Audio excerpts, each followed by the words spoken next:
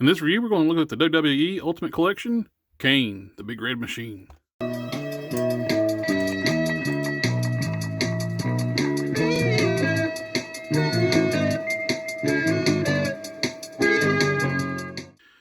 This is the first Ultimate figure I've gotten in the WWE collection. I've gotten quite a few WWE Elite figures over the years, but this is going to be my first Ultimate Edition figure I've looked at. The packaging is quite a bit different from the regular WWE Elite figures. You got a asymmetrical style box. You got the slash on the side, on the bottom, on the top. White borders with red accents.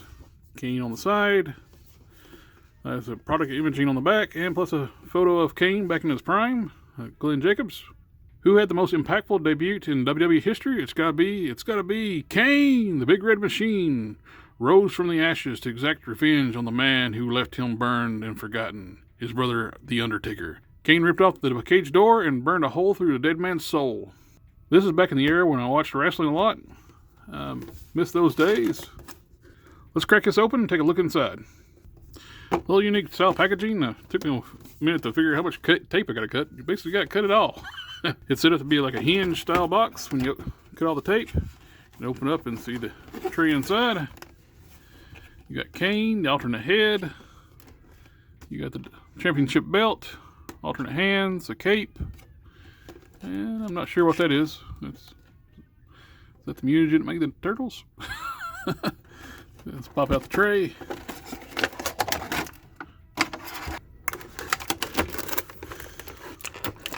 It's been a long time since I watched the WWE, and especially this period. I have no idea what this is. I can't remember. If you know what this is, comment down below. Here we have Kane outside the packaging. We'll get a closer look at the accessories. He's got on his bare hand side, he's got open display hand. Same type of hand for the other side with the gloved hand. You see the sculpts are different, so you actually have the sculpted glove material on here. A lot of times on old WWE Elites, they just paint the bare hand to look like it's got a glove. That's actually got sculpt on it, which is nice. Close look at the championship belt. Looks really nice. Good sculpted detail. And he comes with a soft goods cape. Let's go ahead and try this on. Pop the head off. Go. And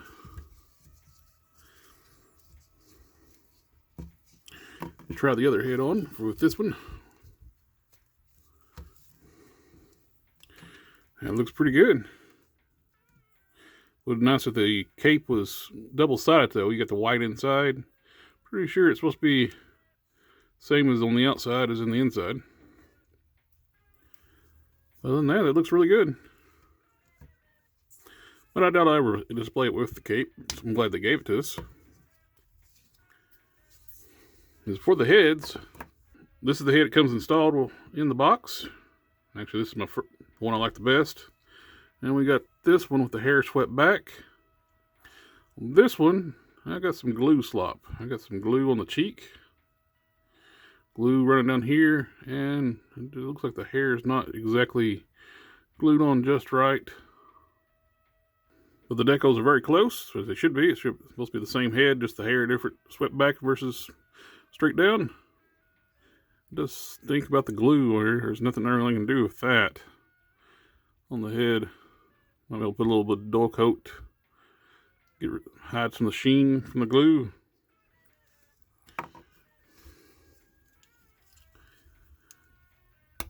The alternate hands, I put on the getting ready to grab you for a choke slam hand.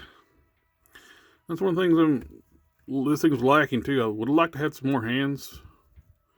We only got two sets of hands. We got the grip hands and the open display hands. A set of fist hands seems like it should be a must for a wrestling figure, especially for a premium figure. And he's got these can of mutagen. I don't know. Can't remember what this is. Maybe an accelerant or something other. I want to try to burn everybody. The hands are very tight. Try to get that in. Let me go from the bottom. There we go. I got it in the hand. Said I don't remember what this is. If anybody remembers what this is, comment down below. I'd like to know. And we got his championship belt. See how well it fits the figure. Little snug fit where he's already got a belt on the figure, and it just popped off. Just the 2 pegs. Then we can fit it down over the top of his other belt. It barely fits, but it's on there. One thing I've noticed right out of the bat, taking out the packaging, which I don't understand why, it seems really stupid. They painted the arm. This is molded in the flesh tones, and they painted it red. Why not mold this in red? This is a premium figure. And you see, didn't even paint inside the joints. Why not mold this in red? It's stupid. I'm assuming they just, one of the reasons why, it's in the same tooling as the other arm, so they just ran one color. And there's a lot of flashing here too. What's going on with that? Well, the butterfly joint. Another issue with the red paint, looks like I have dirt in the paint. And when it's wet, it's like some dust or something other got in it. It kind of brings me to the point. Why did you paint this arm red? Why'd you didn't mold it in red? That's so weird to me. And you have a little bit of issue with splotchiness here on the chest too of paint. You can see like the black was too thick, and wherever that was hanging at, they got made pulled up right here. That's not good. A little bit of missing black paint there, and I got a little bit of black paint on the waist here. Got the stripes down the leg. Painted up laces on the other side. Instead of being sculpted laces, it's just painted on this side. When premium figure, you'd think they would just sculpt this stuff on, because this is sculpted. Why didn't they sculpt this? It's kind of weird. It is sculpted up top, and they must have used the mold they already had for the lower legs.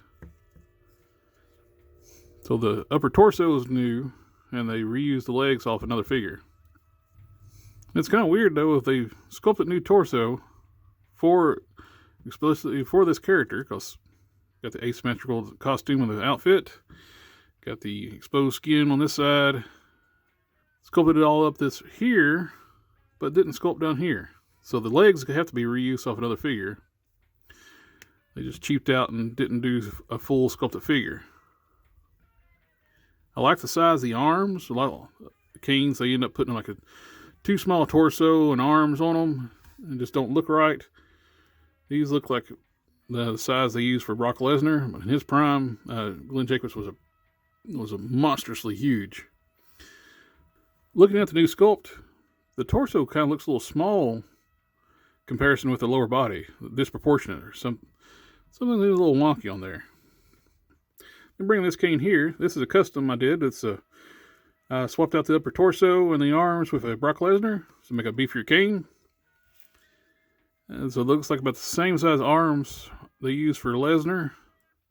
A lot of the previous Kanes they made, the muscular build doesn't seem right for the character. But this looks pretty good.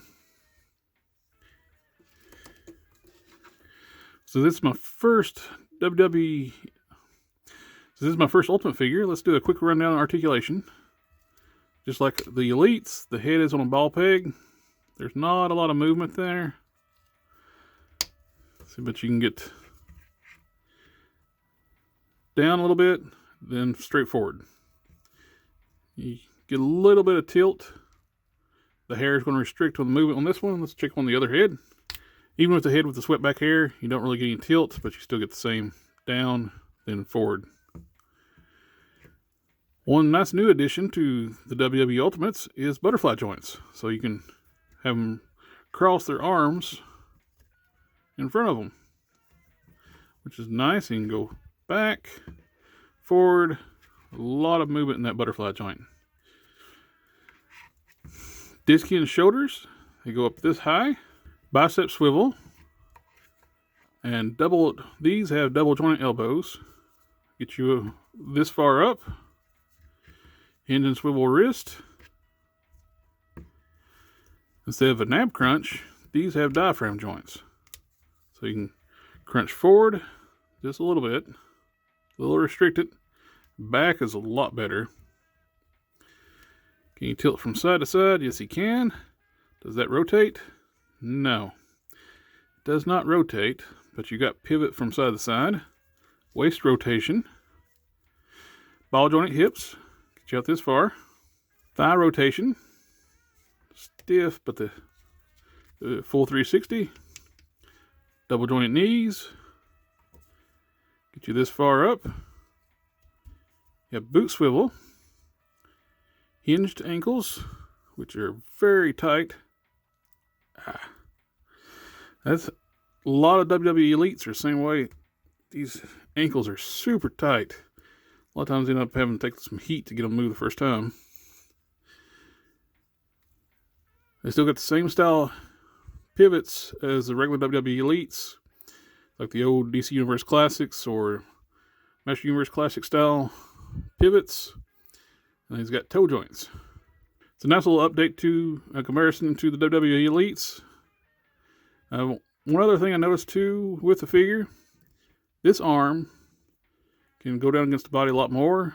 For some reason, this one, I don't know if it's just mine or it's going to be on everybody's copy. This arm wants to stick out farther. I can't get it to sit as flush against the body as this arm. I took a little time for finishing up the video. I want to fix some of the errors, see what it looked like. I had some QC issues with mine, I pointed out. The paint on the chest had those two blotches of paint on the chest and had some splatter up here. And a few spots, scuffs here and there. I took some paint remover, thinned that down, smoothed it, then some light sandpaper, cleaned that up, repaint it. Now that the chest is nice and smooth. Same, I was missing some paint around the skin area. Citadel, I think it's Kessel Flesh, was a perfect match to the paint they used for this. So I was able to add the paint was missing here because it was very fuzzy around on the flesh tone that's painted on the torso. I fixed the scuff back here. And got the finishes pretty well match up what it was. Also picked out some of the dirt out of the arm, paint on the arm, and applied a dull coat. And I put some red on the elbow area, so it hides that. And finally, I put a little bit at the end of the hands, the end of the forearms, paint those black so you don't see the flesh tones poking out through the gauntlets. Same on this side here, even though it's red. And took off the paint splotch here and a little spot through here. Like I mentioned, this is my first Ultimate Edition WWE figure. For the premium price point, it's okay. To me, it's kind of a little disappointing with the fact we're not getting about the same basic accessories we get with an Elite figure now. So we get an extra set of hands, alternate head, belt, and a soft goods thing. I got that when I got the Undertaker. And he's a regular Elite for $20. This is, what, $31.99, $32? I forget what I paid for it, but somewhere around there. Between $30 and $32. We do have some added articulation, some new sculpting. Got the new torso, new heads, and accessories, the gauntlets. I don't know if those are new, if they used them on the previous King. With the issues of not molding the arm in red and painting flesh tone arm red, it's kind of inexcusable in that for when you're paying for a premium figure. Not to give them fist hands, it's kind of ridiculous as well. They're wrestlers; they get in fist brawls, especially someone like Kane. But overall, it's a great looking figure. They did do some shortcuts. They didn't sculpt new legs to match the torso. Looks like a reuse from a WWE Elite. I would assume they share parts. Let's check out Undertaker's legs. He's got different sculpt altogether. What about this one here? That looks to be the same sculpt on this older Kane figure for the legs. Yep, that is the same sculpt. That's why we didn't get the newly sculpted lattice lattice sculpt down the legs. They just reuse some WWE Elite legs. The boots, I don't know if these are new or not, but there's a fitment issue here. They don't seem to seat properly. You can see there's a gap on the legs. And it doesn't bother me right now, but I have OCD a little bit, so it might fix that.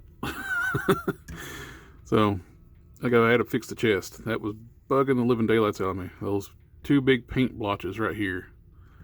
I had to take care of that, but I'm happy with how it looks now. But still, at the $30 price point, I'm happy with this because the original Kane sells for, like, in this costume, sells for quite a bit of money. And I'm not really willing to shell that out for the original Kane, even though this is my favorite look for Kane. So paying $30 is still a deal in that comparison. But it's going to look good on the shelf, but I do just wish they would give us a few more accessories, a little more new sculpting, or it's an ultimate figure. I do like the new butterfly joints. That's a great addition to these figures. So much more expression with that, just adding that motion. Plus, I forgot to mention too, the arms are pinless. The double jointed arms are pinless style joints. Means the elbows are harder plastic too. But anyway, thank you for watching the review. Like, share, comment, subscribe. And I'll catch y'all next time.